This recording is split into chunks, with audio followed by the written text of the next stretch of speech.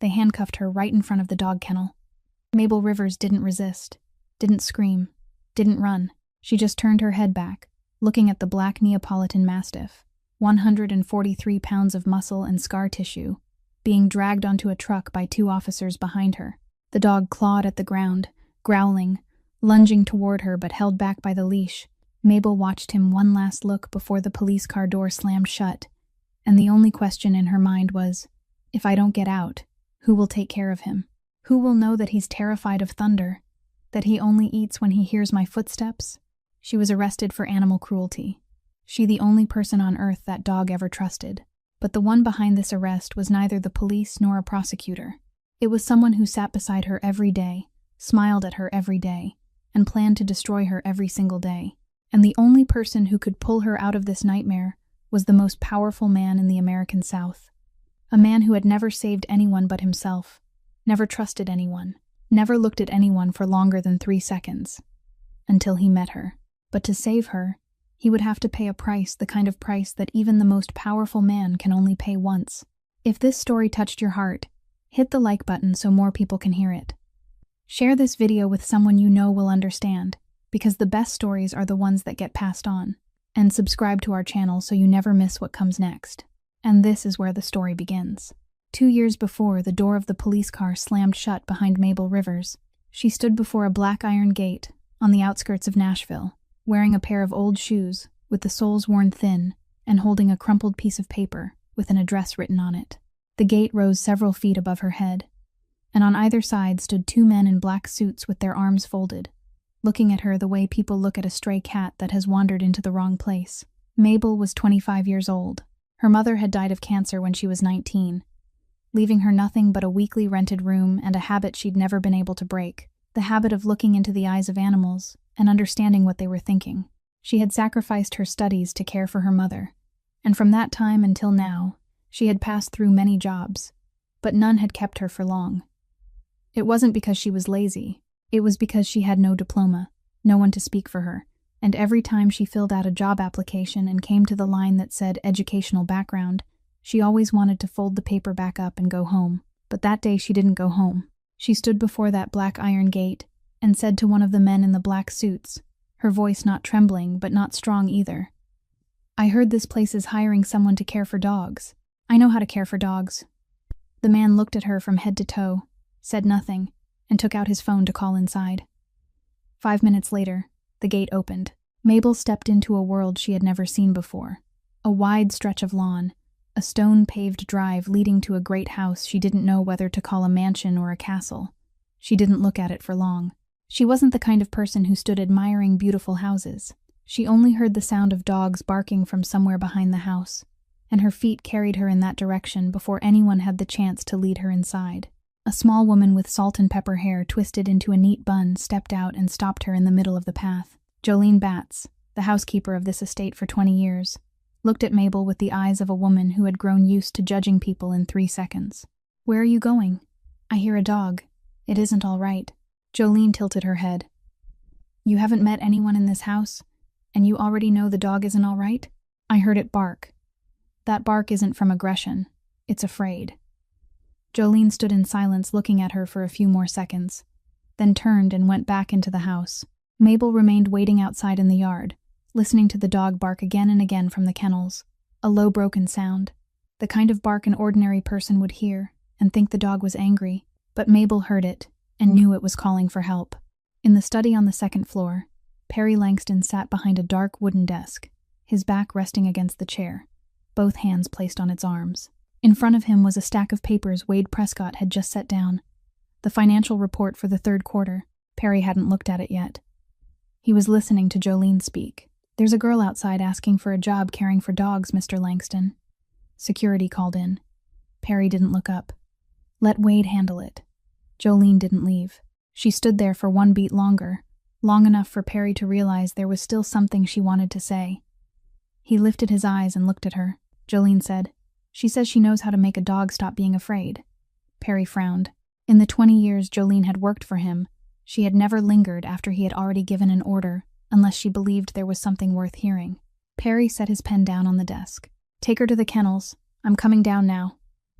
Wade stood beside him, a pen still in his hand, his face unchanged, but his fingers tightened just a little more around the body of the pen when he heard Perry rise because of a girl asking for work, a girl he had never even met. In 12 years of working for Perry, Wade had never seen him stand up for anyone. Perry led Mabel to the back of the estate, where 6 dog kennels stood in a row along a low brick wall. The first 5 were quiet, the dogs lying obediently in the shade. The last kennel was different. From a distance there came a low growl like the idle rumble of a truck engine, a sound that wasn't a bark and wasn't a whine, but a warning from an animal that had already decided that anything approaching was an enemy. Caesar lay pressed into the corner of the kennel, 65 kilograms of muscle coiled beneath thick folds of slate-gray skin. His face was wrinkled tight, his jaws slightly open, a strand of saliva stretching between his teeth. His left ear bore a long scar that ran from the base down toward the middle, the only mark left from the life he had lived before Perry brought him here. It had been 5 days since he had touched food. 2 kennel workers had tried to go in to feed him, and both had run out before they could even set the bowl down. The veterinarian had come, examined him from a distance through the bars, prescribed a digestive stimulant, mixed it into the food. Caesar hadn't touched it. The doctor had shaken his head and said they might have to move him to a clinic for fluids, but to get him into a vehicle they would have to sedate him, and sedating a 65-kilogram Neapolitan Mastiff, in an agitated state, carried no small risk. Perry stopped about 3 meters from the kennel, folded his arms, and looked at Mabel. That dog is worth $200,000. Champion bloodline, imported from Italy, full papers. For 5 days he hasn't eaten, hasn't let anyone near him. The veterinarian gave up. He paused for a beat. If you make him eat, you're hired. If he attacks you, I'm not responsible. Mabel didn't look at Perry. She was looking at Caesar. Her eyes had fixed on the dog the moment they approached the kennel, and she hadn't looked away for even a second. She stood there a while longer, then reached out and opened the latch. The kennel worker behind her drew in a sharp breath. Jolene stepped forward half a step and then stopped. Perry didn't move. Mabel stepped inside. Caesar growled louder. The muscles beneath his folded skin tightened. His eyes went white. His front legs lowered into a stance ready to lunge. Mabel sat down on the concrete floor. She said nothing. She didn't look directly into the dog's eyes. She didn't reach out her hand. She simply sat there, both hands resting on her knees, her gaze lowered to the ground, and breathed. 1 minute. Caesar was still growling. 2 minutes. The growl softened a little, but his body was still drawn tight as wire. 3 minutes. Mabel didn't move. She breathed evenly, slowly, as if she were asleep with her eyes open. 4 minutes. Caesar stopped growling. 5 minutes. He still lay pressed into the corner, but his jaws had closed. 7 minutes.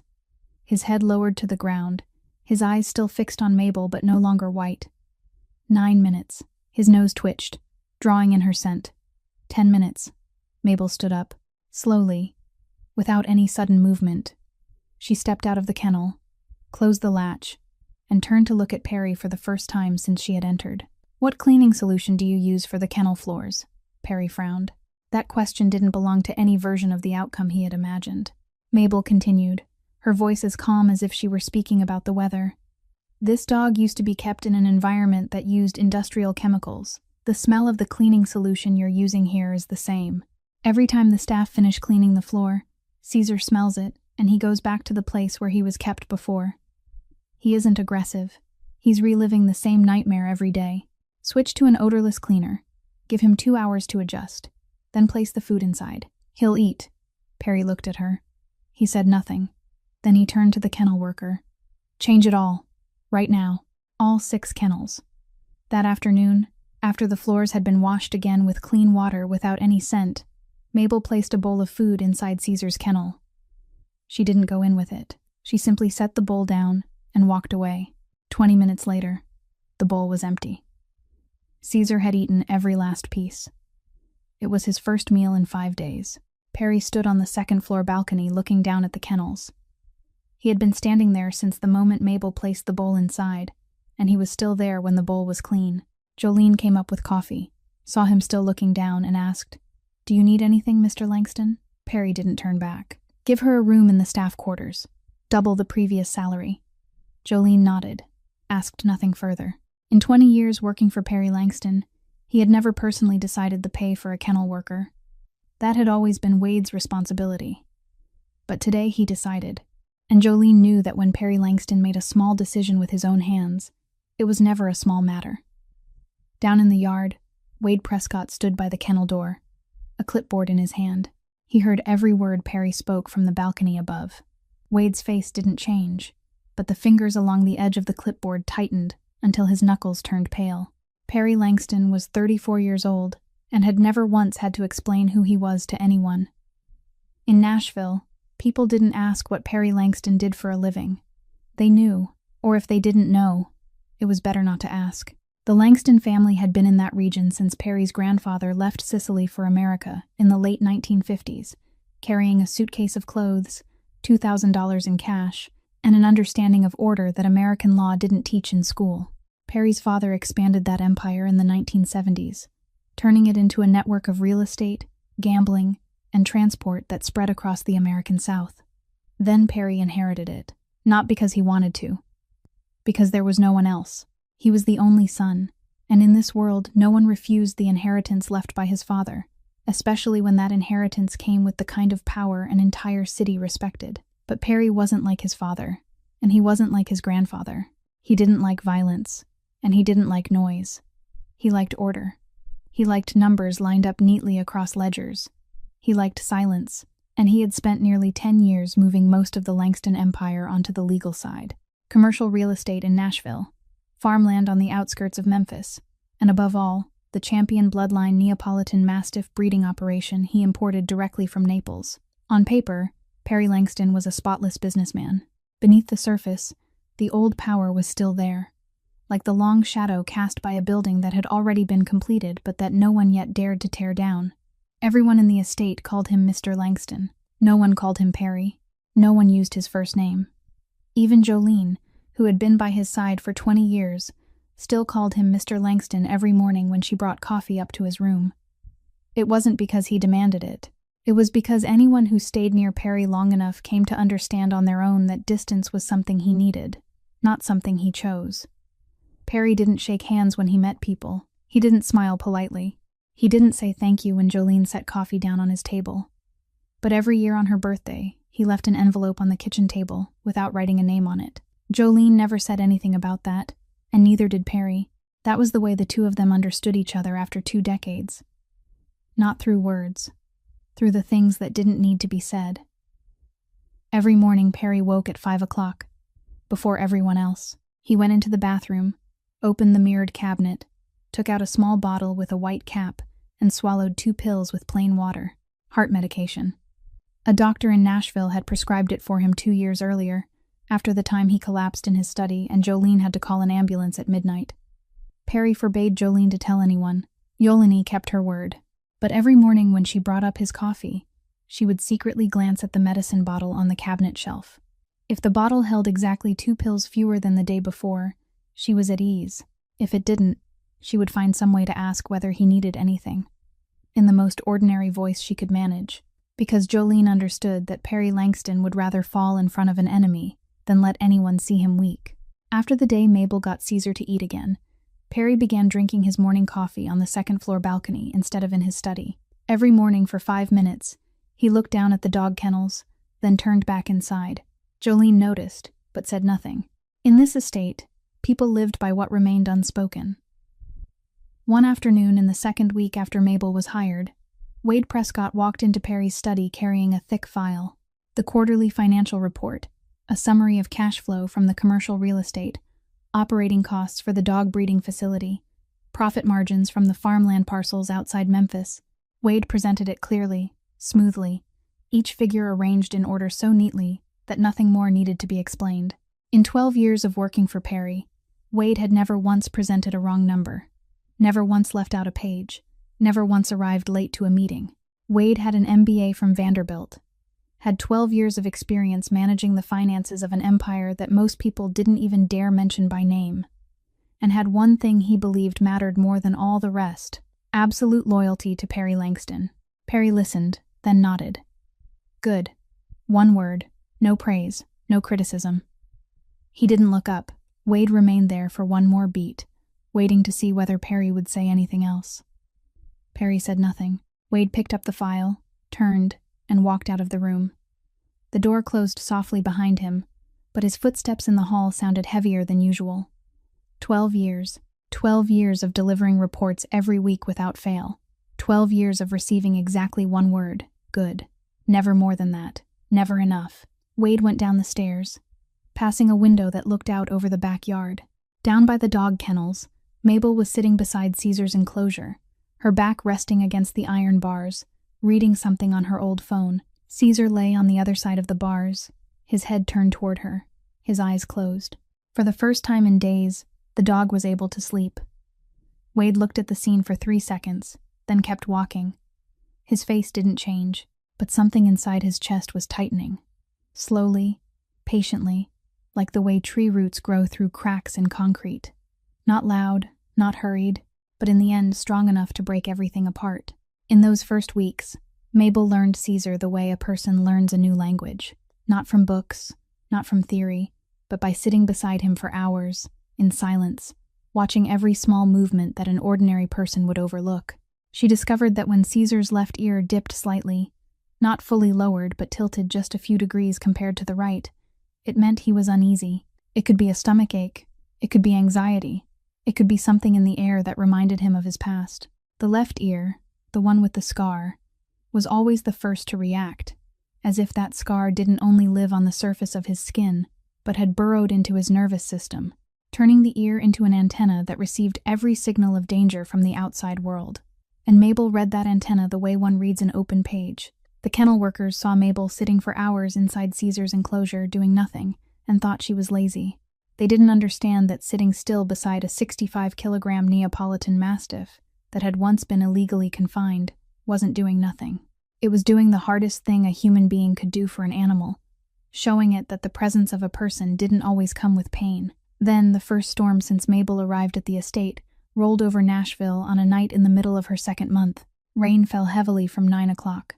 The wind came in sharp bursts, and when the first thunder rolled across the sky, Mabel was already at the kennels before the sound had even faded. She knew Caesar was afraid of thunder, not because anyone told her, but because the week before there had been a light storm in Nashville, only a few distant rumbles, and she had seen Caesar's left ear drop completely, his body pressed flat to the floor, his eyes wide as he stared at the ceiling of the enclosure. She had sat beside him until the sky cleared. That night of the storm, she went down to the kennels just as the rain began to fall in earnest. Caesar was already curled into the corner, trembling, not from cold but from a body reacting to something older than the storm itself, a memory he didn't know how to forget. Mabel opened the enclosure, stepped inside, and sat down on the floor beside him without touching him, simply sitting there. Caesar trembled for 2 more minutes, then slowly shifted closer to her, placed his heavy head on her lap, and closed his eyes. Rain hammered against the metal roof of the kennels. Thunder rolled overhead, and Caesar lay still with his head on Mabel's lap, his left ear still lowered but his body no longer shaking. Close to 11 o'clock that night, Perry Langston came down the stairs of the estate, pulling on a coat as he went, and walked out toward the kennels. He didn't go because anyone called him. He went because Caesar was the dog he had saved when it was young, and he knew the dog feared thunder, and he wanted to make sure it wouldn't injure itself by throwing its body against the bars as it had done before. But when he arrived, he stopped beneath the overhang. Through the opening of the kennel door, he saw Mabel sitting on the floor, Caesar's head resting on her lap, the two of them silent in the sound of the rain. Perry stood there, outside in the rain. He didn't step in. He didn't call out. The rain poured over his head, over his shoulders, over the coat he hadn't even had time to fasten. He remained there until the storm eased, until the rain softened from a torrent into a light fall, until the thunder faded into distant echoes along the horizon. Then he turned back inside. The next morning, Jolene brought coffee into Perry's room and saw the coat draped over a chair, soaked through, the hem still marked with red mud from the kennel yard. She looked at the coat, looked at Perry sitting there reading documents as though nothing had happened, and she didn't ask. She took the coat and went to wash it. In this house, there were questions whose answers already lived in silence. A week after the storm, Perry did something without precedent. He told Jolene to set another place at the breakfast table and to call Mabel upstairs. Mabel sat at the long oak table in the main dining room, facing Perry, her work clothes still dusted with dog hair, surrounded by crystal glasses and white linens she had never touched in her life. Perry didn't explain why he had invited her. He opened his phone and showed her a photograph of a female Neapolitan Mastiff at a breeding facility in Florida. A rare bloodline. Expensive. A conformation fit for competition. "I'm thinking of buying this one. What do you think?" Mabel took the phone, looked at the image of the dog for about 10 seconds, then handed it back. "That dog looks good, but its nerves aren't stable. In the photo, its eyes are turned to the left while the person taking the picture is standing to the right. It isn't focused on the person. It's looking for an escape. Don't buy it." Perry looked at her. Then he laughed. Not a polite laugh. Not the controlled smile of a man pleased with a subordinate, but a short sound that broke free from his throat, as if someone had just said something he never expected to hear in his lifetime. Jolene was carrying a tray of coffee up from the kitchen when she heard that sound, and she nearly dropped the tray. 20 years in this house, and she could count on one hand the number of times she had heard Perry Langston laugh out loud. Wade Prescott wasn't a hot-tempered man.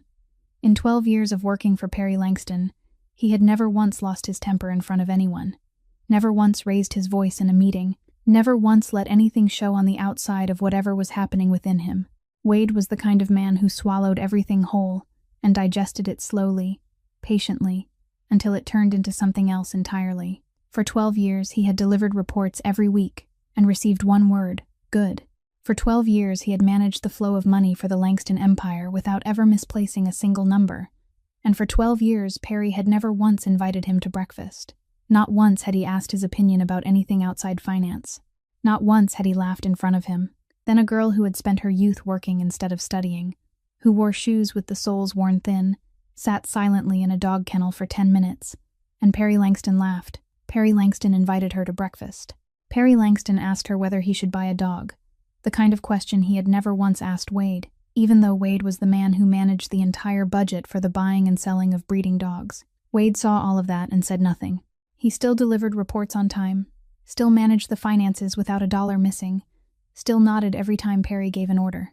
But inside him, something was changing state, like the surface of a lake that looks calm, while underneath the current grows stronger and stronger. Then, one afternoon, Wade heard something he was never meant to hear. He was walking past Perry's study to retrieve a file he had forgotten on the desk when he heard Perry speaking on the phone inside. The door wasn't fully closed, left open just enough for Perry's voice to slip into the hall. Wade didn't try to listen, but he stopped, because he heard two phrases that anyone in his position would have stopped for. Change the will. And the girl at the dog kennels. He didn't hear everything clearly. He didn't know how much. He didn't know the exact clause. But he was smart enough to fit the pieces together. Perry was speaking with the family attorney, the man who had handled every legal matter for the Langston family since Perry's father's time, and Perry was mentioning the will, and Perry was mentioning Mabel. Wade walked on without stopping longer, his face unchanged. But that night, for the first time in 12 years, Wade couldn't sleep. He lay in his room in the senior staff quarters, staring at the ceiling, calculating. 12 years. An MBA. Management of an entire financial empire. Not one mistake. And Perry Langston was planning to leave his fortune to a girl who knew how to sit still with dogs. But Wade didn't act right away. He didn't act yet because one piece was still missing. That piece came the following week, on a morning when Wade entered Perry's study at 6 o'clock to place the monthly report on the desk before Perry came down. Perry hadn't come down yet. The room was empty. And on the desk, beside the cup of coffee left from the night before, was a small medicine bottle with a white cap. Wade looked at the bottle, read the name of the medicine on the label. He wasn't a doctor, but he had an MBA and knew how to research. That night he looked it up and learned it was heart medication, the kind doctors prescribed when the heart muscle had already weakened enough to require daily support. Perry Langston, 34 years old, the most powerful boss in the American South, was living with a heart already nearing its expiration, and he was in a hurry to change his will. Wade lay in bed that night, and everything arranged itself into a clear picture. Perry wasn't going to live long. The will was being changed. Mabel would get everything, and Wade, after 12 years, would walk away with exactly one word: good. From that night on, Wade began to plan. He didn't rush. He never rushed. He researched. He studied. He observed. And he found the weakness, not in Mabel, but in Caesar. Because he understood that if he wanted to destroy Mabel, he didn't need to touch her at all. He only had to touch the thing she loved most. Wade knew he couldn't get close to Caesar. That dog wouldn't let anyone near him except Mabel. But Wade didn't need to get close. He only needed to enter the kennel supply room, where he had access because he was the financial manager responsible for purchasing supplies. In the storage room, there was a bottle of coat oil the kennel staff used every time they bathed the dogs. Wade bought a bottle of industrial skin irritant from a chemical supply store outside the city, a colorless, odorless kind, mixed it into the coat oil, then set the bottle back in exactly the same place. He didn't need to touch Caesar. The kennel staff would do that for him without ever knowing. 2 days after the next round of dog baths, Caesar began scratching himself constantly. Red patches rose beneath his slate-gray coat. He became restless, irritable, hurling himself against the kennel walls. Mabel saw Caesar's left ear droop all the way down, that antenna ear of his signaling that something was wrong, but she couldn't find the cause. She checked his food, checked his water, checked the kennel floor. Nothing was out of place. She called the veterinarian. The veterinarian came, examined him, said it might be a seasonal allergy, and prescribed a topical treatment. The treatment didn't work because the irritant was still being applied every time Caesar was bathed. Caesar grew worse and worse. And while Mabel was running everywhere trying to save the dog, Wade stood in his room, opened his phone, and took photographs of Caesar through the kennel bars from a distance, photographs that showed the dog covered in scratches, patches of fur falling away, blood on the kennel floor, where he had clawed himself raw. Then Wade bought a prepaid phone from a store in Brentwood, 15 minutes by car from the estate, and sent an anonymous message with the photographs to the Nashville Animal Protection Office. The message was brief. Severe animal abuse at the Langston estate, outskirts of Nashville. The person responsible for care is Mabel Rivers. Wade set the phone down, erased the purchase history, and went to sleep. He slept very well that night. The sleep of a man who had already placed every piece on the board, and now only needed to wait for his opponent to walk into the trap. The holding cell at the Davidson County Detention Facility measured about 4 steps across. Gray walls, fluorescent lights burning day and night without ever going dark. Mabel sat on the iron bed with its thin mattress and tried to remember the last time she had seen Caesar. She remembered his eyes. She remembered the sound of his claws scraping against the ground. She remembered the way he had tried to lunge toward her and couldn't. Then she forced herself to stop remembering, because each time she did, her chest tightened as if someone were crushing it from the inside. On the first day, a police officer sat across from her in the interrogation room and placed a stack of photographs in front of her. Pictures of Caesar showing patches of missing fur, inflamed skin, crisscrossed scratches, blood smeared across the kennel floor. The officer asked her to explain. Mabel said she had never mistreated Caesar. She said she loved that dog more than anything in the world. She said she had tried to find the cause but couldn't. She said all of it in a trembling voice, in broken sentences, in the language of a woman who had faced the world's hardships early and had never sat in front of a police officer in her life. The officer took notes, nodded, but his eyes looked at her in a way Mabel had known since she was a child, the look of someone who had already decided before hearing everything. She had no lawyer, no family, no evidence except her own words, and the words of a girl with no education, no standing, no one to speak for her, weighed less than the sheet of paper the officer was writing on. On the second day, she didn't eat, not because she was refusing. She couldn't swallow. Each time she saw the tray pushed through the slot, she thought of Caesar somewhere out there, and she wondered if he was being fed, who was feeding him, who knew to place the bowl 3 steps away from the kennel door because he wouldn't eat if someone stood too close, who knew he would only drink water from a ceramic bowl and not from stainless steel because the sound of his claws touching metal startled him. No one knew. No one knew those things, except her. On the 5th day, she asked the guard if she could know where Caesar was. The guard said the animal was evidence in an ongoing case, and that information couldn't be disclosed to the defendant. She asked whether someone could come and claim him. Mr. Langston, the legal owner. The guard said that when an animal was seized as evidence in a criminal case, even the owner couldn't reclaim it until a court order, or until the case concluded. Legal procedure. It would take time. Mabel listened and asked nothing more. She went back to the bed, lay on her side facing the wall, and for the first time understood what real helplessness felt like. Not the helplessness of being confined, but the helplessness of knowing that a living being out there needed her, and there was nothing she could do. Days passed. Nights passed. Mabel stopped counting. She slept in fragments, 2 or 3 hours each night, and every time she woke, she needed a few seconds to remember where she was. Then she remembered Caesar wasn't there, and the pain in her chest returned. She grew thinner. Her eyes sank, but she didn't cry. Mabel wasn't the kind of person who cried. She endured better than most because life had taught her to endure early. But in the second week, a woman in the same cell, arrested for driving without a license, told her about a neighbor's dog that had been seized in a case the year before. The woman said if no one claimed the dog within 30 days, they would take it away. She said take it away in a soft voice, as if it were an ordinary thing. Mabel heard that and her body reacted before her mind could catch up. She stood, went to the cell door, and struck her hand against the metal. Not out of anger, but out of fear. She called for the guard. Once, twice, 3 times. No one came. She struck harder, shouted that she needed to speak to someone, anyone, that her dog would be taken away if no one did anything, that it wasn't guilty, that she wasn't guilty, that she was begging someone to listen. The corridor remained silent. The fluorescent lights kept burning. No one came. Mabel stood at the door until her arms gave out. Then she slid down to the floor, curled at the base of the metal door, wrapped her arms around her knees, and for the first time in 27 years, she prayed. She didn't pray to be released. She prayed for Caesar to live. She whispered in a hoarse voice, not even forming full sentences. Please let him eat. Please don't let him be afraid. Please don't take him away. He hasn't done anything wrong.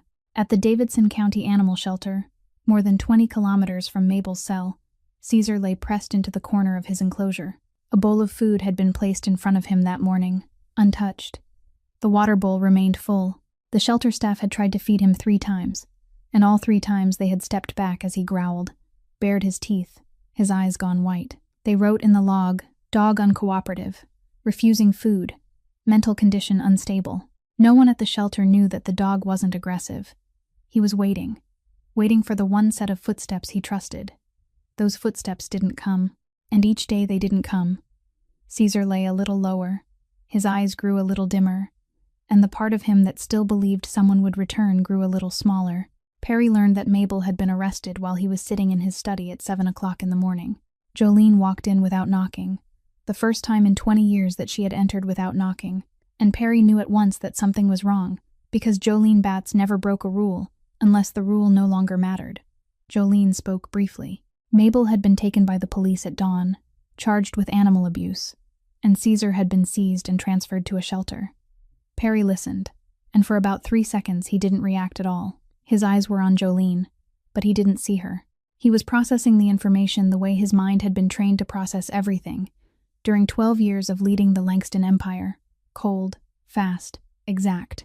But the 4th second was different. In the 4th second, Perry stood and slammed his hand down onto the desk. Hard. The coffee cup on the desk jumped, liquid splashing across the cloth beneath it. Jolene stepped back half a step, not out of fear, but because she had never seen this before. 20 years. 20 years in this house, and she had seen Perry receive word that one of his men had been arrested, seen him lose a contract worth millions, seen him face threats from rivals in Chicago. Not once had he lost control. Not once had he raised his voice. Perry Langston was a man who controlled everything with coldness, and that coldness was what made all of Nashville respect him and fear him. But that morning, he struck the desk because of a girl who cared for dogs, and Jolene looked at him, and she understood that what was happening to Perry Langston wasn't the loss of property or the loss of reputation. It was the loss of something he hadn't known he possessed until it was taken away. Perry pulled out his phone and called the best criminal defense attorney in Nashville, a man who had once defended 3 politicians and 2 major businessmen in cases the newspapers had written about for months. Perry spoke for exactly 15 seconds on the phone. No longer, because when Perry Langston called someone, that person understood this wasn't a request, but an order. He said Mabel's name, named the charge, named the place where she was being held, then said, "She gets out. I don't care how long the process takes. I need her out." Then he hung up. He made a second call. On this one, he said even less, almost nothing at all. And when he did speak, his voice dropped lower, the kind of voice Jolene knew was reserved for calls that never appeared in any official contact list. Old connections. Men who still owed the Langston family. Threads Perry had tried to cut but had kept because he knew there might come a day when he would need them. When the call ended, Perry picked up his car keys. Jolene asked where he was going. Perry said, "The shelter." Jolene didn't ask another question. She took a coat and followed him. The Davidson County Animal Shelter sat on the eastern edge of the city, a low brick complex ringed by chain-link fencing, the barking of dogs carrying out from inside. Perry arrived just before 9 o'clock. He stepped out of the car, walked to the gate, and was stopped there. A shelter employee told him this was a government facility and that no outsider was permitted to visit animals under investigation. Perry didn't argue. He stood outside the gate and looked in. From where he stood, through the chain link, across the concrete yard, he could see the row of kennels in the back. And in the last kennel, behind a double layer of fencing, Caesar lay flattened against the floor, his head resting between his front legs, his eyes open but fixed on nothing. The dog Perry had rescued when he was small, the champion bloodline dog worth $200,000 that Perry had imported from Italy, the dog that only one girl in the world had ever made trust again, was lying there like a gray stone wrapped in skin, motionless, unresponsive, so empty that even when a shelter worker passed the kennel, he didn't bother lifting his head. Perry stood there for 20 minutes. He didn't speak. He didn't call out. He didn't ask anyone to open the gate. He only stood there, one hand gripping the wire of the fence, and watched his dog dying slowly from the inside. Then he turned back to the car. On the drive home, halfway back, Perry suddenly said, "Stop the car." The driver pulled over to the side of the road. Perry sat still. He didn't speak. He didn't look outside. Both hands rested on his thighs, his eyes fixed straight ahead on the back of the front seat. Jolene sat in the rear, looking at the back of his neck, and she could see the line of his jaw clenched tight, the only part of his body that was moving. She said nothing. She knew when to speak, and when silence was the only gift she could offer him. They sat there for 7 minutes. Then Perry said, "Go." The car moved again. When they reached the estate, Perry went straight into his study on the second floor and closed the door. Jolene stopped outside it, stood there for a moment, and then heard something shatter inside. The sound of glass breaking across the wooden floor. Whether it was a whiskey glass or a coffee cup, she didn't know, but she knew it wasn't an accident. She didn't go in. She turned away, went downstairs to the kitchen, and stood washing dishes in silence, because 20 years had taught her that Perry Langston handled pain alone, and the worst thing she could do was walk into the room when he wasn't being the man the world knew as its boss. 15 minutes later, the study door opened. Perry stepped out, his face composed, his shirt still smooth, his eyes cold again as if nothing had happened. He held his phone, dialed a number, and when the person on the other end answered, he spoke only 2 sentences, in the voice Jolene knew he used when things had gone too far. "Find out who is behind the report. I need to know within 48 hours. Jolene Batts wasn't a lawyer. She wasn't a detective. She wasn't a woman with degrees or titles in this house beyond the role of housekeeper and cook that she had held for 20 years. But Jolene possessed something no university could ever teach. She saw everything, and she remembered all of it. When the criminal attorney Perry had hired began investigating Mabel's case, he ran into a wall. No one at the estate knew anything. The kennel staff said Caesar had broken out in a rash for no apparent reason, and they had assumed it was a seasonal allergy. The veterinarian said he had prescribed medication, but it hadn't worked. Wade had already left the estate on a business trip to Memphis, 2 days after Mabel was arrested, saying he was handling real estate paperwork, and no one found that unusual because he traveled often enough. Everything seemed hopelessly stalled until the attorney sat down at the kitchen table in the estate, accepted a cup of coffee from Jolene, and asked whether she had noticed anything unusual in the weeks before Caesar's rash appeared. Jolene set the coffee cup on the table, wiped her hands on her apron, and was silent for a while. Not because she was trying to remember, because she was deciding whether she should say it or not. Then she spoke. She said that about a week before Caesar began showing symptoms, she had been cleaning the staff quarters in the evening as usual. The staff area had a shared trash bin at the end of the hallway, where everyone threw away personal items, packaging, bottles, and containers. Jolene had a habit of going through the shared trash before taking it out, not because she was nosy, but because she had grown up poor and had never been able to break the habit of checking whether there was anything still useful enough to keep. That evening, she found in the trash a small medicine bottle with no label, brown glass, plastic cap, with about 1/3 of a clear, odorless liquid still inside. It struck her as strange because no one in the staff quarters used veterinary medicine, and if it had been personal medication, it should have had a label. She kept the bottle and put it in the drawer of her kitchen table, the place where she stored miscellaneous things she didn't yet know what to do with but wasn't ready to throw away. She didn't think much about it. Not until Mabel was arrested. The attorney took the bottle and sent it for testing that same day. The results came back 48 hours later. The substance inside was a skin irritant compound used in industrial veterinary practice, a kind not sold at retail, not kept in the kennel's medical supplies, and with no reason to appear in the staff quarters trash unless someone had brought it into the estate from outside. That was the first piece.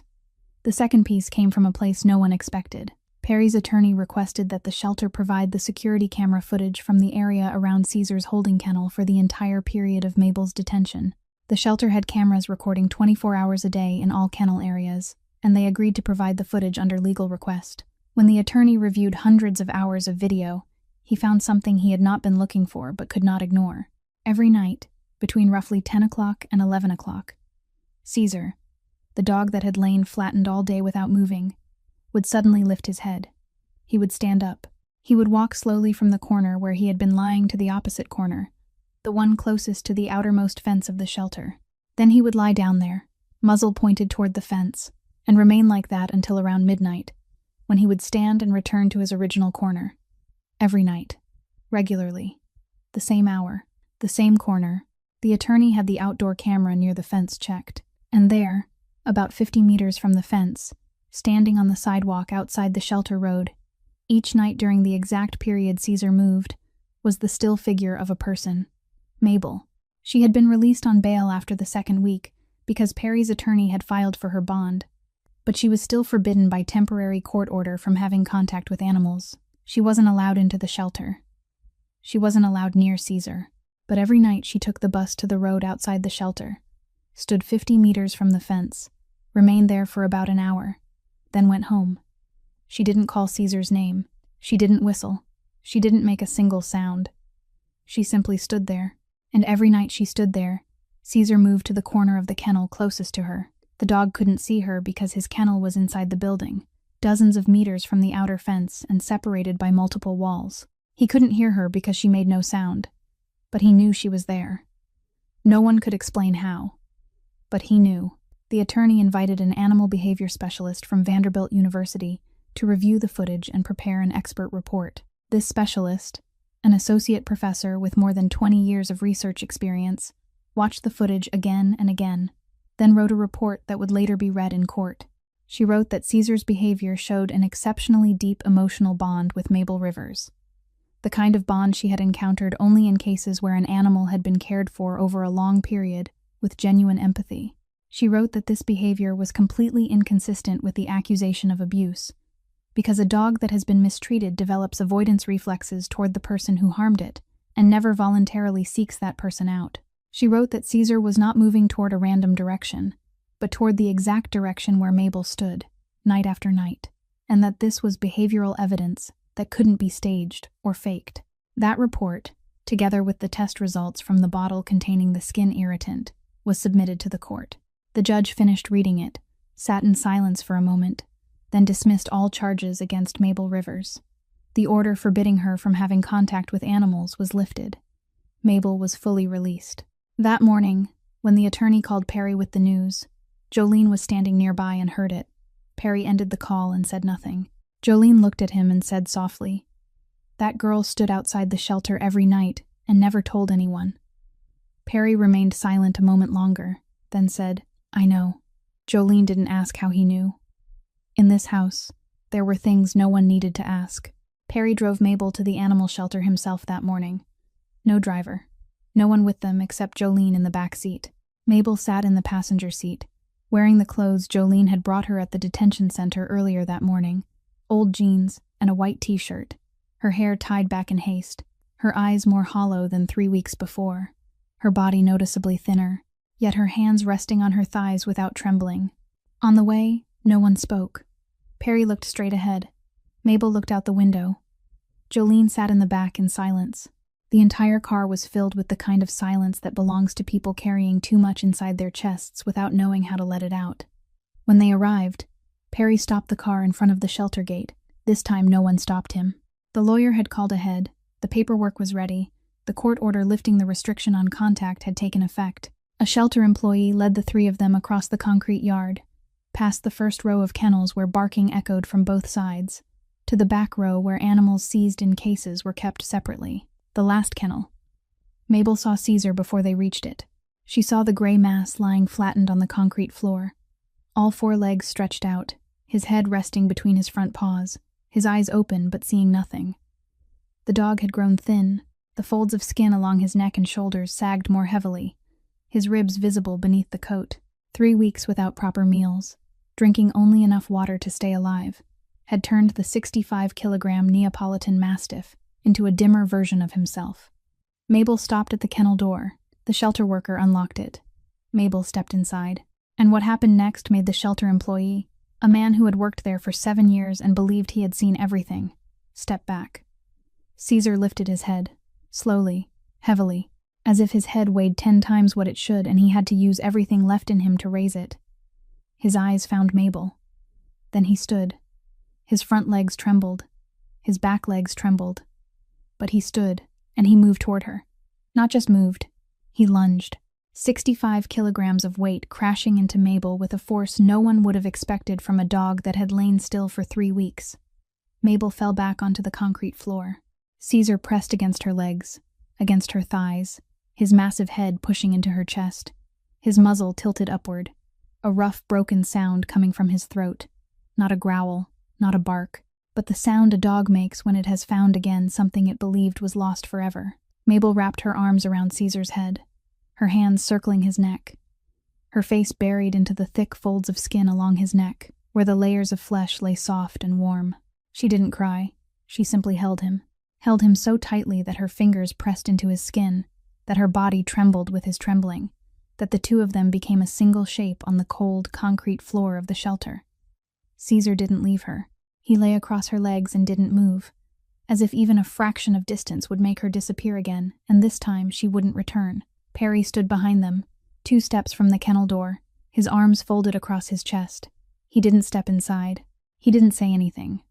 He only stood there and watched the girl who had long ago traded her books for labor sitting on the concrete floor holding the 65-kilogram dog he had saved when it was small, and he saw something he had never seen in 34 years of living. He saw love that required nothing. No money, no power, no contracts or promises or signatures. Only a pair of hands holding the heavy head of a dog the world had abandoned. Jolene stood beside Perry. She looked at him, and she saw his eyes turn red. Not much, just enough for the edges to grow damp in the dim light of the shelter. Perry turned his face away before Jolene could look any longer. He stepped outside into the yard, turned his back, and looked up at the Nashville morning sky. Jolene didn't follow. She knew he needed 30 seconds alone. 30 seconds to push whatever was rising in his chest back into place behind the wall he had spent his life building. On the drive back, Caesar lay on the rear floor at Mabel's feet, his head resting on her shoes, his eyes closed. He slept. For the first time in 3 weeks, he truly slept. Not the kind of sleep where the eyes close but the ears remain alert, waiting for sound, but deep sleep, with steady breathing, with muscles released, with the absolute certainty of an animal that knows its person is here. Perry drove, his eyes on the road, and spoke a single sentence without turning back. "From now on, no one touches you or that dog again. I promise." His voice wasn't loud. It wasn't forceful. It wasn't dramatic. It was the voice of a man saying something he knew he would keep at any cost. Mabel looked at him, at the back of his neck, at the way he held the steering wheel with one hand, at the way his jaw tightened slightly after he spoke as if he were swallowing back the part of himself that had almost slipped into view. And for the first time, Mabel saw something behind the cold exterior of the most powerful man in the American South. She saw a man who was afraid. Not afraid of enemies, not afraid of prison or losing money, but afraid of losing something he had just found. Do you believe that a dog can know you are standing outside a fence 50 meters away in the dark, without seeing you, without hearing your voice? Or is it only coincidence? I don't know the answer, but I know that every night Mabel stood outside that fence, Caesar moved to the exact corner closest to her. And if that is coincidence, then it is the kind of coincidence only love can explain. 48 hours after Perry's call, his people uncovered everything. The anonymous report to the Nashville Animal Protection Office had been made from a prepaid phone, the kind purchased outright without registration. That phone had been bought with cash at a small electronics store in Brentwood, about 15 minutes by car from the estate. The store had security cameras, and in the footage from that day, clear and unmistakable, was Wade Prescott standing at the counter, paying for a prepaid phone, slipping it into the pocket of his suit jacket, and walking out. Perry looked at the still image his people had placed on his desk. He looked at it for a long time, not because he needed confirmation. He had known before the evidence. He knew because he understood people. Because 34 years in this world had taught him that the one who betrays is never the stranger. It is always the one closest. Always the one who smiles the most. Always the one you believed you could trust. Perry folded the photograph, placed it in a drawer, and called Jolene. "Tell Wade to come to my office. Now." Wade entered the second-floor study at 3 o'clock that afternoon. He wore a gray suit, a dark blue tie, a clipboard in his hand as always, because Wade Prescott never came to see Perry without documents. But when the door closed behind him, and he saw 2 men in black suits standing on either side of the room, the clipboard in his hand suddenly became unnecessary. Perry sat behind the desk. He didn't stand. He didn't invite Wade to sit. He looked at him with the kind of eyes that Jolene, if she had been there, would have recognized at once, as the eyes Perry used only when everything had crossed the final line. Perry said one sentence, very soft, very slow. So soft that Wade had to lean forward to hear, and so slow that each word fell like a small stone into still water. No one else heard what he said. The 2 men standing in the room didn't hear, because Perry spoke only loud enough for one man. But whatever the words were, they made Wade Prescott, the man with an MBA from Vanderbilt, 12 years managing the finances of the largest underground empire in the American South, a man whose hand had never trembled, signing checks worth millions, freeze where he stood, the blood draining from his face until he was pale from forehead to chin, as if something inside him had been pulled out. Wade didn't respond. He didn't defend himself. He didn't apologize. He turned, opened the door, and walked out. The 2 men in black suits followed him down the hallway, saying nothing, their silent presence enough to make it clear this was not a suggestion to leave but an order. Wade went to his room and packed his belongings into a single suitcase. 12 years in that estate, and everything he owned fit into one case. He left through the Langston gates before nightfall, sitting behind the wheel of his own car, not looking back. The black iron gate closed behind him, with the soft click of an automatic lock. That night, the estate was quieter than usual, the kind of quiet that settles over a house that has just had a tumor cut out. Something everyone knew was there but no one had touched. Perry sat on the second-floor balcony, in the old wooden chair, a glass of whiskey on the table untouched. He looked down at the yard, at the kennels below, the dim yellow lights glowing. Caesar lay sleeping in the yard, in the patch of grass where he liked to lie in the sun during the day. He had been eating regularly again since Mabel returned. He slept well again. He had become once more the dog Perry had saved as a puppy, with only one difference. Now he no longer belonged only to Perry. He belonged to Mabel, and Perry didn't resent that. Footsteps on the stairs. Light. Perry knew who it was without turning, because Jolene's steps were heavier, and no one else in the house would dare come onto the balcony when he was alone. Mabel stepped out, a cup of coffee in her hand. She set it on the table beside the untouched whiskey, and stood there as if she hadn't yet decided whether to stay or leave. Perry looked at the cup, then at her. "Sit." Mabel sat in the chair beside him. The 2 of them looked down at the kennels. Caesar lay curled below, his short tail covering his muzzle, sleeping deeply. Crickets sounded in the grass. The September wind carried the scent of freshly cut grass and the damp wood of the oak trees beyond the estate. Perry was silent for a while, then spoke in a low voice without looking at her. "I've spent my whole life not trusting anyone. In the world I grew up in, trusting someone is the fastest way to be betrayed. I learned that at 16, and I've never forgotten." He paused, took a sip of the coffee Mabel had brought, not touching the whiskey. "You're the first person who's made me think I might have been wrong." Mabel didn't speak. She sat still, looking down at Caesar, at the dark yard, at the faint yellow lights in the kennels. Then she did something she hadn't planned, hadn't calculated, Hadn't weighed. She placed her hand on Perry's hand, a small hand, rough from years of labor, resting on the back of his larger hand, the hand that had signed orders no one dared question. Perry didn't pull away. He didn't turn his hand over. He simply left it there, letting her hand rest on his, warm and light, like words that didn't need sound. They sat that way, saying nothing. The wind moved. The crickets sang. Caesar slept. After a while, Perry lifted his other hand to his neck and removed an old silver chain he wore beneath the collar of his shirt. The one Jolene knew had belonged to his mother, the only woman Perry Langston had ever loved before she died when he was 13. He placed the chain on the table beside the coffee cup, without saying a word. Then he stood, gently withdrew his hand from beneath Mabel's, and went back inside. Mabel remained alone on the balcony. She looked at the silver chain on the table, tarnished with age, a small letter L engraved on its surface, worn almost smooth by time. She picked it up. She didn't ask what it was. She didn't need to. There are things that when a man who has never given anything to anyone suddenly removes and places before you, you understand without words. 1 week after that night on the balcony, Perry called the Langston family attorney at 6 o'clock in the morning. That attorney had served the Langston family since Perry's father's time. He knew every asset, every contract, every secret the family wanted buried or preserved. Perry spoke briefly on the phone. Draw up a new will. 75% of everything to Mabel Rivers. 15% divided among the loyal staff. 10% to charity. Do it now. I don't know how much time I have left. On the other end, there was silence for a few seconds. Not because of the percentages, or because Perry was leaving his estate to a girl who cared for dogs. Because of the last sentence.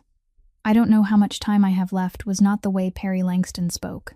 Perry was a man who planned 10 years ahead, a man who controlled every variable, a man who never admitted that anything existed beyond his reach.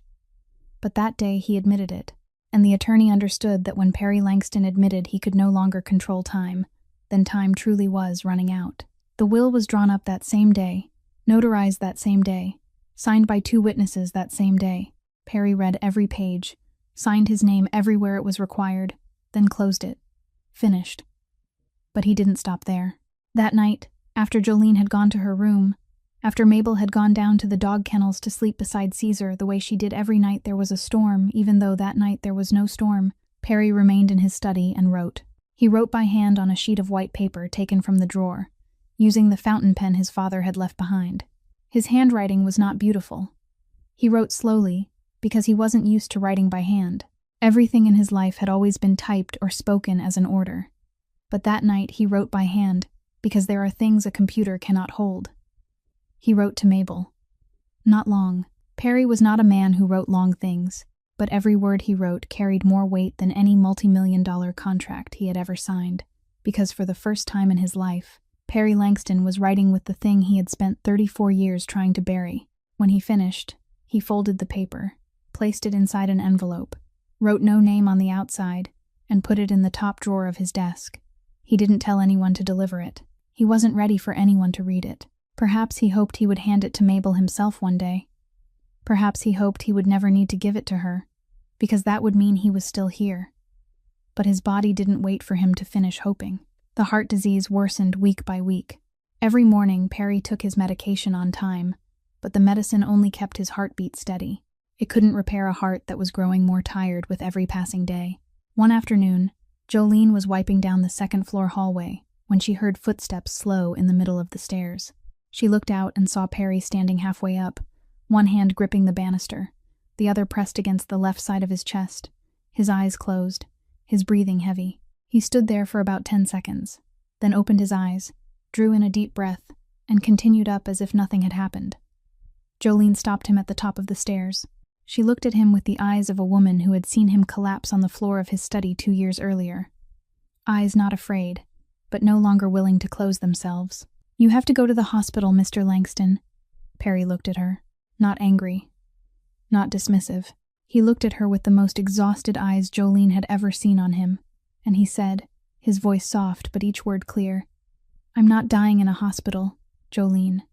Then he walked past her, entered his study, and closed the door. Jolene remained standing in the hallway, staring at the closed door, and for the first time in 20 years, She felt that this house was counting down to something she did not want to count at all. Wade Prescott left the Langston estate, but he didn't leave the game. 3 months later, from a rented apartment on the outskirts of Memphis, he sat at a table with a phone bought under an anonymous SIM and called a man named Crosby Tate. Crosby was the kind of man that if you saw him on the street, you would assume he was a successful attorney or a bank executive. Hair neatly combed, tailored suit, polished shoes, a voice that moved as smoothly as olive oil.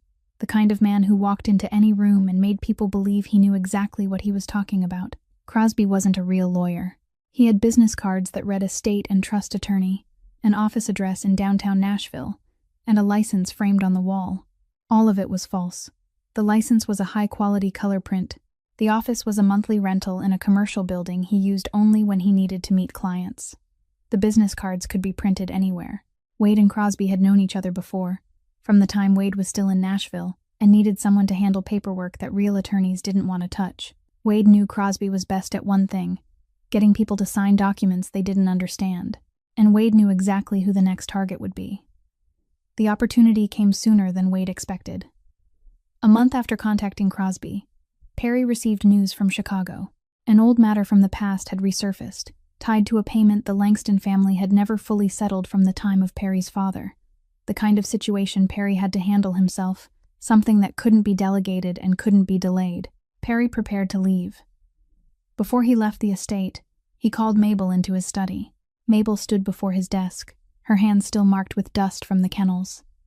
The silver bracelet of Perry's mother faintly glinting on her wrist. Perry looked at her and spoke, his voice slow, clear, each word placed as if he were sealing it into the air. Listen to me.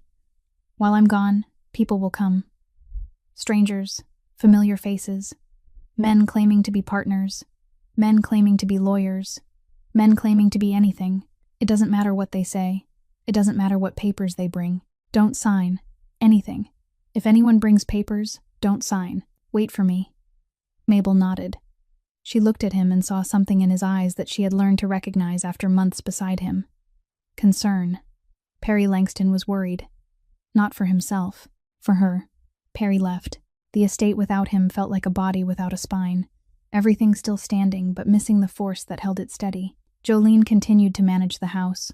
The staff kept their routines. The kennels operated as they always had.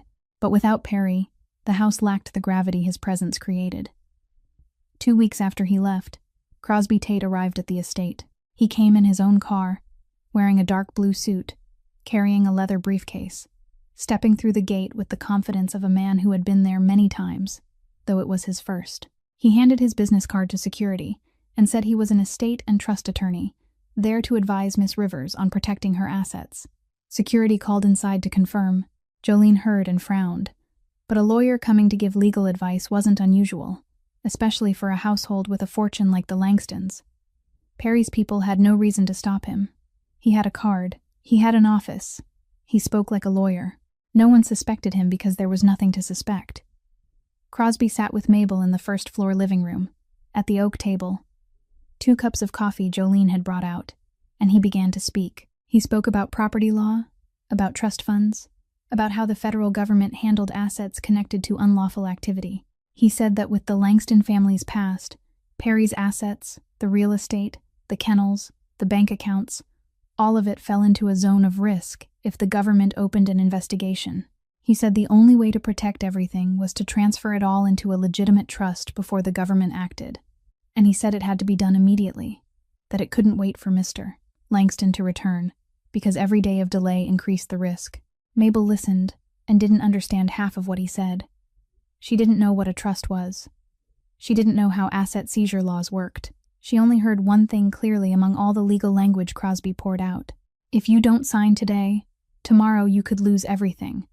Everything Mr. Langston built his whole life, everything he trusted you with, will be taken by the government. And when Mr. Langston returns, there will be nothing left. Mabel heard that and felt her chest tighten. Not because she feared losing money. She didn't care about money. But because she feared failing Perry, feared that when he came back, he would see everything he had built gone, and it would be her fault for not acting when she should have. She remembered Perry's words, "Don't sign anything. Wait for me." But then Crosby said one more thing. I understand you want to wait for Mr. Langston, but if you wait, and the assets are seized while he is away, what do you think he will say? He will say you had the chance to protect what he left, and you did nothing. That was the final blade. Mabel picked up the pen. Her hand trembled slightly.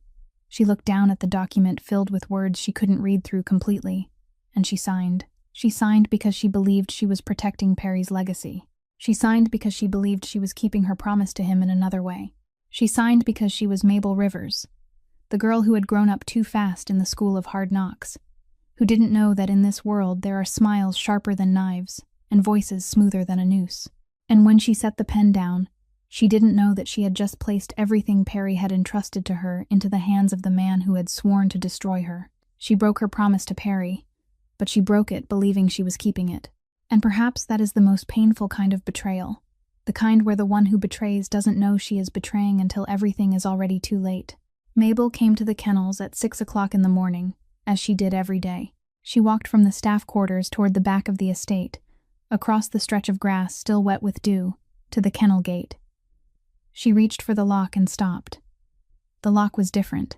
It wasn't the old brass lock she had opened every day for nearly a year. It was a new lock, bright steel, and the key in her hand didn't fit. She tried again. It wouldn't open. She tried a second time. Still nothing. Mabel stood in front of the kennel gate she had cared for every day, holding the old key in her hand, and for the first time she felt herself standing on the wrong side of a door. She pulled out her phone and called Crosby Tate. The line rang once and cut off. She called again. The number couldn't be reached. She called a third time. The number didn't exist. Mabel stared at the phone screen, at the words, "This number does not exist," and she didn't fully understand yet, but she began to feel it, to feel the cold rising from her stomach, the kind of cold that doesn't come from weather, but from beginning to realize that you have been deceived. She shoved the phone back into her pocket and went around to the back of the kennels, where the fence was lower than the main gate. She climbed over it. It wasn't hard, because Mabel wasn't the kind of person afraid of fences. She had climbed enough fences in her life. Fences around other people's yards when she was a child, stealing fruit for her mother. Fences around livestock lots when she went looking for work. Fences life had built in front of a girl without a title to her name and was supposed to have no future. She climbed over the fence and entered the kennels. Then she stopped. The kennels were empty. The first pen was empty. The second, the third, the fourth, the fifth, all of them empty. The food bowls and water bowls had been cleared away. The leashes were rolled and hung neatly on the wall. There was no barking, no whining, no scratching of claws against the floor. The kennel Perry had built, the place where he had raised 6 champion bloodline Neapolitan Mastiffs, imported directly from Naples, was now silent like an abandoned house. All the dogs had been moved away. Mabel ran to the last kennel. Caesar. Caesar was still there, lying in the familiar corner of his enclosure, his head resting between his front paws, his eyes open and looking at her. He was still here because no one had dared go in to take him. The new staff Crosby had hired to take over the kennels had tried twice to get Caesar into a vehicle, and both times they had fled because 65 kilograms of muscle growling and baring teeth wasn't something a stranger could handle. Caesar lay there waiting for Mabel, the way he always waited. Mabel opened the kennel door, stepped inside, and sat down beside him. Caesar didn't hurl himself into her the way he had during their reunion at the shelter.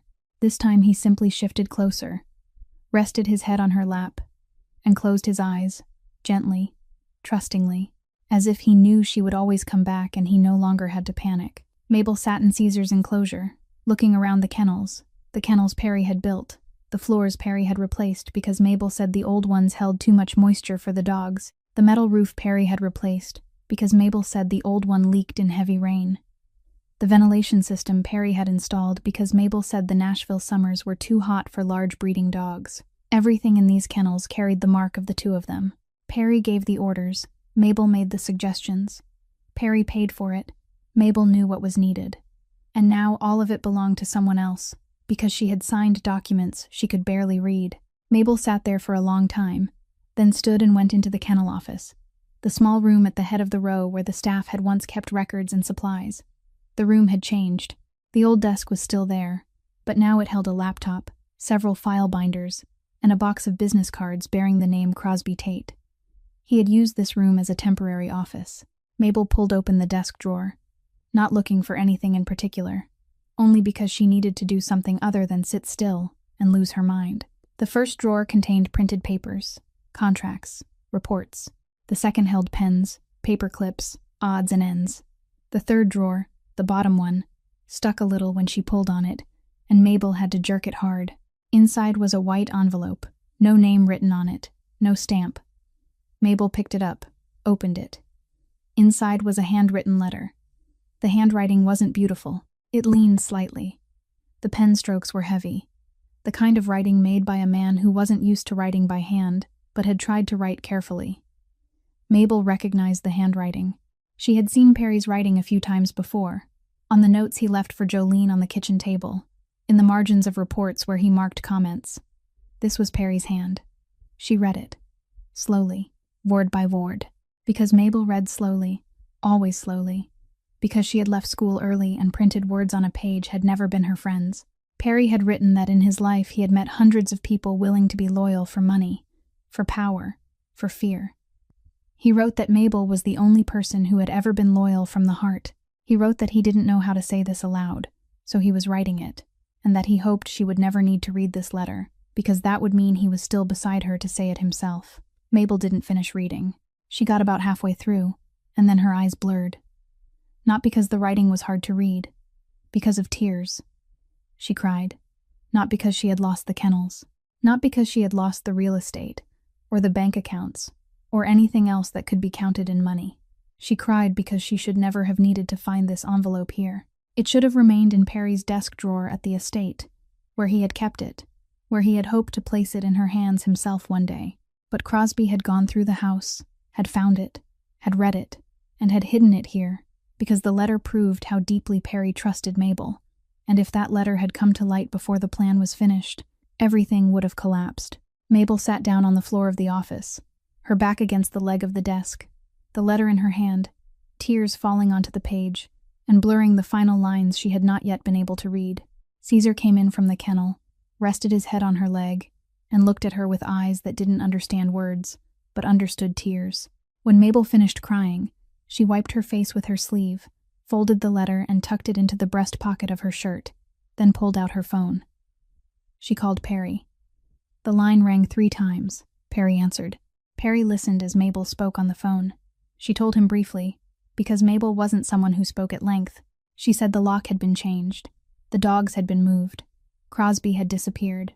The phone number no longer existed, and she had found his letter in the desk drawer at the kennel office. She said all of it in less than 2 minutes, then fell silent and waited. Perry was silent for 10 seconds. A long 10 seconds. Mabel could hear him breathing through the phone, steady but heavy. The kind of breathing a man makes when he is forcing all of his anger into a space smaller than his own chest so it won't break free. Then he spoke, his voice not loud, not sharpened, flat as still water before a storm. I'm coming back now. Hold that dog. Wait for me. Then he hung up. Perry returned to Nashville within 24 hours. When he stepped through the estate gates, Jolene was standing in the front hall. She looked at him and she knew. Black suit, black shirt. No watch on his wrist because he had already given it to Mabel, but both hands were clenched at his sides with a force Jolene could see in the tendons standing out across the backs of them. His eyes were sharp, not sharp in the usual way, sharp like a blade that had just been honed. Jolene had seen Perry Langston truly angry only once before, the day he struck the desk after learning Mabel had been arrested. But that had been hot anger. This was different. This time Perry was cold, and Jolene knew that Perry Langston cold was 10 times more dangerous than Perry Langston hot. Jolene. Yes, Mr. Langston. I need everything you have on Crosby Tate. Everything. Jolene nodded and went to get it. She returned with a thick stack of papers and a small, hard-covered notebook. The papers were copies of every document Mabel had signed with Crosby. Every page, every contract, every power of attorney. Jolene had copied one set on the machine in the office before Crosby took the originals away. She had done that from the first day Crosby stepped into the estate. Not because anyone told her to, because she smelled something wrong. 20 years in that house, 20 years watching people come and go, 20 years learning the difference between someone who came for honest business and someone who came for another purpose. Jolene didn't need a law degree to know Crosby Tate couldn't be trusted. She knew it from the way he smiled. Too much. At everyone. The kind of smile decent people never wear, because truly decent people don't need to win anyone over. The small notebook was Jolene's handwritten record. Each day Crosby came, she wrote down the date, the hour he arrived, the hour he left, what he said to Mabel, who he brought with him, what papers he took. She wrote it in ballpoint pen, the handwriting rough but clear, one line for each day, not a single day missing. Jolene placed the stack of papers and the notebook on the table in front of Perry. She looked at him and said, her voice soft but steady, "I don't know the law, Mr. Langston, but I know when somebody is deceiving a girl who doesn't know how to protect herself." Perry looked at Jolene. He didn't say thank you, because he never said thank you. But the way he looked at her then, Jolene understood that it meant more than gratitude. Perry called the family attorney that very afternoon. The attorney took the file, read each page, compared it against Jolene's notebook, and within 48 hours found the thing Wade had never imagined could be uncovered. Crosby Tate did not hold a law license in the state of Tennessee. The certificate hanging on his office wall was false. He did not appear in the state bar records. He was an imposter, and under Tennessee law, every legal document prepared by someone falsely claiming to be an attorney was void from the beginning, regardless of its contents, regardless of who signed it. Every paper Mabel had signed had no legal value, from the first page to the last. No lawsuit required, no court ruling required. Automatically void, because the man preparing them had no standing to do so. And when the family attorney traced Crosby Tate backward, the line ran straight to Memphis, to Wade Prescott, to the anonymous SIM card, to the money Wade had transferred to Crosby through an intermediary account. Perry drove to Memphis alone. He took no one with him. He found Wade at a motel on the outskirts of town, the kind of place rented by the week, a long way from the life Wade had once lived at the Langston estate. Perry stepped into the room and closed the door. No one knew what the two men said inside. No one knew how Perry looked at Wade in that small room. But when Perry stepped back out 15 minutes later, Wade Prescott was sitting on the bed, and in front of him lay a stack of signed papers, surrendering everything, giving it all back, waiving every claim, agreeing to leave Tennessee forever. Perry drove back to Nashville. When he reached the estate, he placed the papers on the table before Mabel. Mabel looked at the papers, then looked at him. She didn't look at the documents. She looked at him. "You didn't have to do all of this for me." Perry looked at her, and for the first time his voice wasn't flat, wasn't cold, wasn't the voice of the boss. It was the voice of a man speaking the truth. "I'm not doing it for you. I'm doing it because, for the first time in my life, I have something worth keeping." That evening, Perry and Mabel sat on the front steps of the estate, not on the second-floor balcony, on the low stone steps at the front entrance, the place Perry would never normally sit, because bosses do not sit on front steps. But that evening he sat there.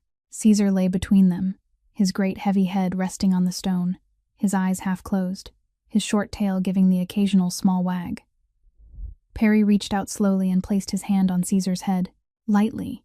The whole house seemed to hold its breath in a moment no one witnessed except Mabel, because Caesar, the dog who let no one touch him except Mabel, the dog who had growled at every hand for 5 years, remained still. He didn't growl. He didn't bare his teeth. He didn't pull his head away. He let Perry's hand rest on his head, between his ears, at the little hollow Mabel liked to scratch every night. And he closed his eyes. Mabel watched that scene, the large veined hand of the boss resting on the head of the dog the whole world feared, and she smiled, the first smile in many weeks. Small, tired, but real. Wade Prescott sat in the motel room on the outskirts of Memphis after Perry left, staring at the stack of papers he had just signed, and the last part of him that still resembled reason went dark. 12 years. He had given 12 years to the Langston Empire. He had received exactly one word, good, every week for 12 years. He had planned. He had framed. He had planted people.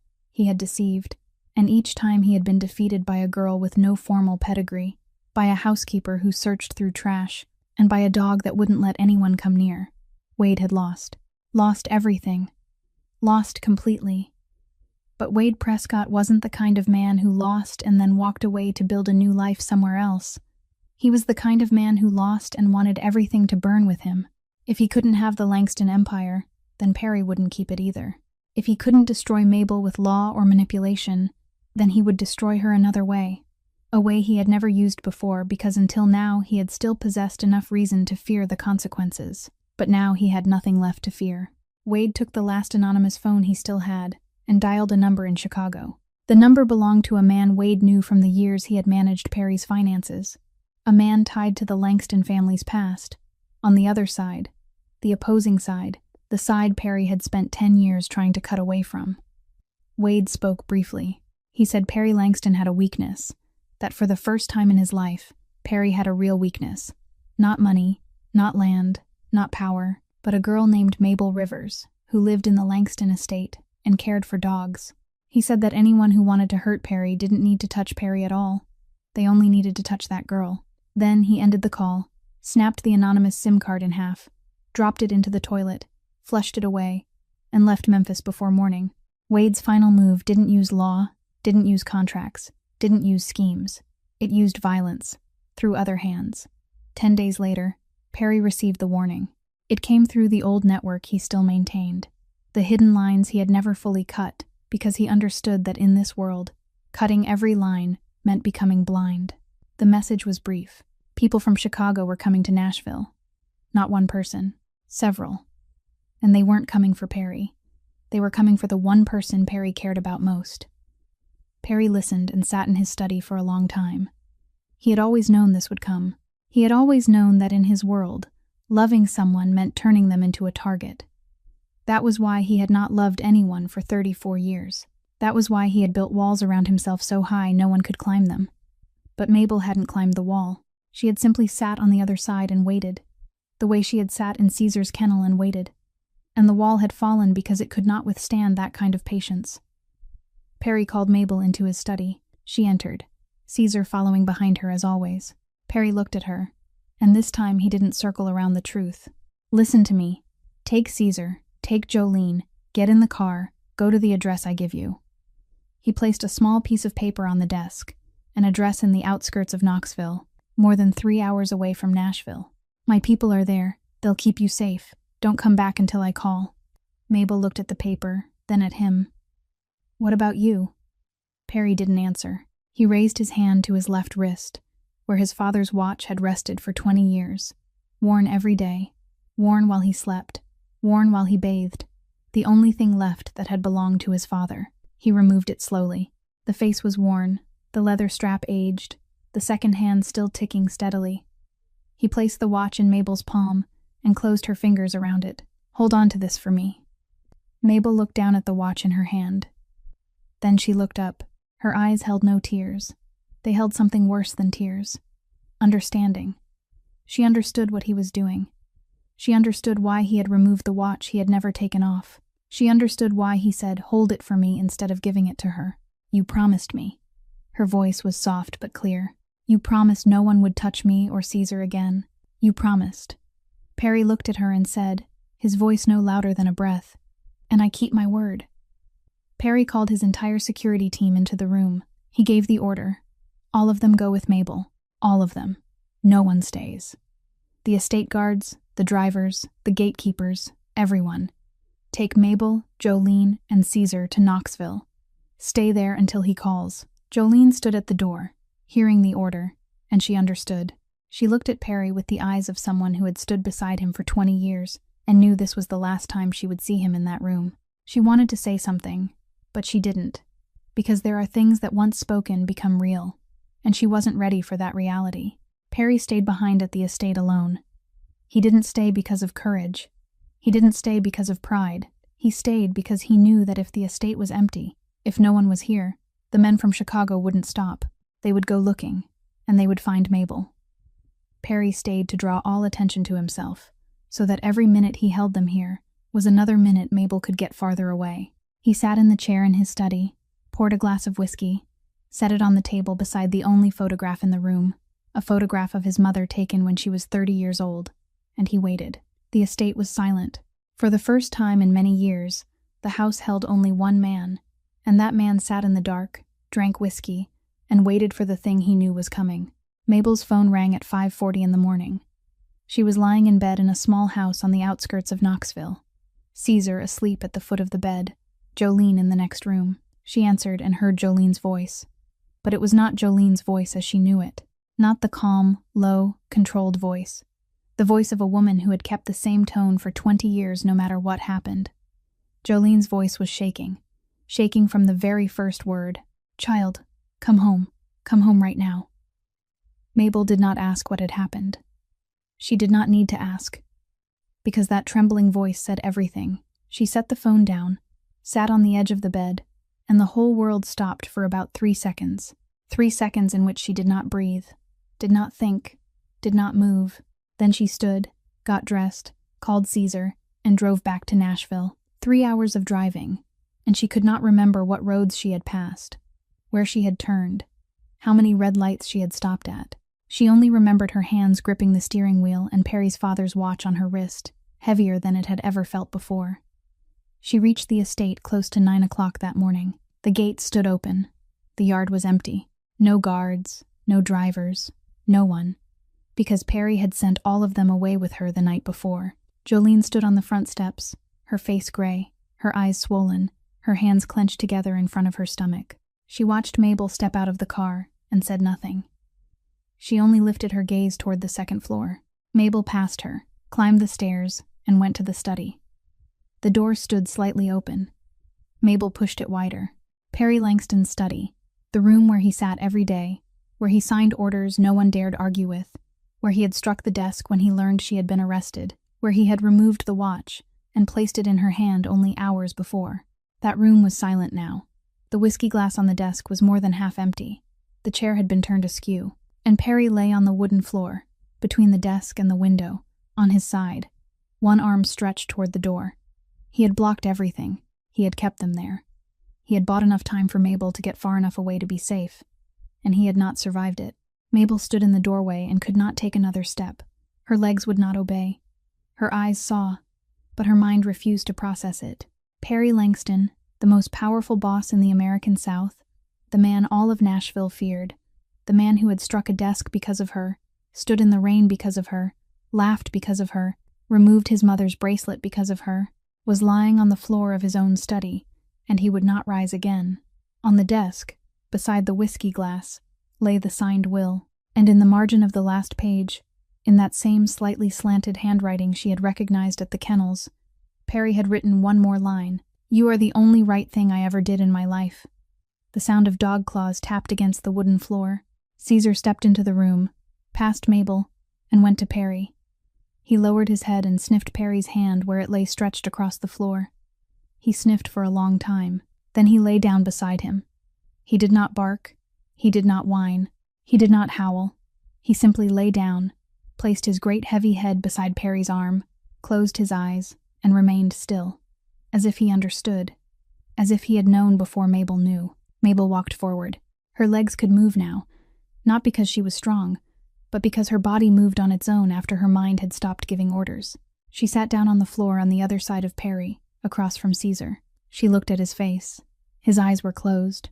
His expression was not pained, not afraid, but peaceful, like his face each morning when he sat on the balcony with his coffee looking down toward the kennels. She reached out and took his hand. His hand was cold. Cold in the way a hand becomes when it has long since stopped holding warmth. And Mabel cried. Not quietly, not with tears slipping silently down her cheeks the way they had before. She screamed. The sound burst out from the deepest place in her chest, from the place where she had buried every grief of 27 years, her mother's death, the jobs she had lost, the arrest, the deception, the betrayal. She had endured all of it, swallowed all of it, and had not cried.